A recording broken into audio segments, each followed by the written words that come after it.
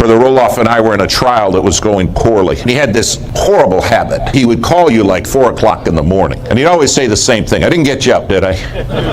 And you'd lie. I'd say, no, I'm just sitting here praying, waiting for you to call. Right. He said, get down to my room. We're changing stuff today. And I'm in his room. It's not 4 a.m. yet. And he said, you know we're getting killed in that courtroom. He said, I got one lawyer, they got a dozen. They got unlimited money. We got no money. He said, but we're going to change it. We're going to pray. God's going to do the impossible in that courtroom today. I said, okay. He said, now if we're going to pray and get anything done with God, we got to get clean. And he thumped me on the chest and he said, I got to have a clean lawyer. And then he thumped himself on the chest and he said, you got to have a clean preacher. Because he said, this prayer time is a waste of time if we're not going to get clean. So he said, here's what I want you to do. You go over and get in that corner and don't come out till you're clean. And he said, I'll go get in my corner and I won't come out till I'm clean. Now all of a sudden he starts praying out loud. And man, he's confessing sin. I'm like, sweet Alabama, listen to that. After about 10 minutes he yelled at me, he said, I hear you confessing nothing. What are you doing? By the way, if you're here tonight and you think you got nothing to confess, that's the first thing you need to confess. So you know what I did? I don't know it's the right way. I said, God, I do not know how to do this, but I want to be clean. And boy, God started bringing things up I'd forgotten about. 2 hours went by like that. Finally, we stood up and he said, you clean? And I said, well, best of my ability. He said, okay, me too. He said, let's pray. Never forget his prayer. He said, now, God, you know the mess we're in. But he said, here's what I want you to do. Those lawyers, those 12 lawyers, I want you to turn them on each other.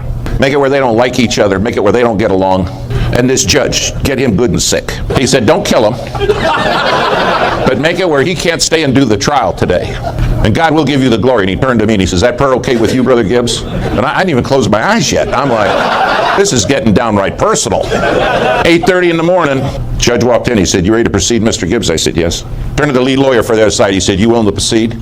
The lead lawyer, he said, Your Honor, we got a problem. He said, last night, all 12 of us were in complete agreement about everything. And this morning, we can't agree about anything. One of the lawyers popped up behind him and said, we should never have sued that pastor. This whole lawsuit was a terrible idea. That preacher's done nothing wrong. The judge said, you out of your mind? The jury's in the box listening to this. And they started arguing. Finally, that lead lawyer said, I can't explain what happened. And Brother Roloff tugged on my sleeve. He said, you want me to tell him what happened? 2 hours later, they dismissed everything. They paid all the expenses, and they gave written apologies to Reverend Roloff. You want to live seeing what you can do? Or do you want to live seeing what God can do? You realize 2 of Jesus' parables were about persisting in prayer. The parable of the unjust judge, where the widow kept asking and asking, and finally he said, because you keep asking, I'm going to grant it.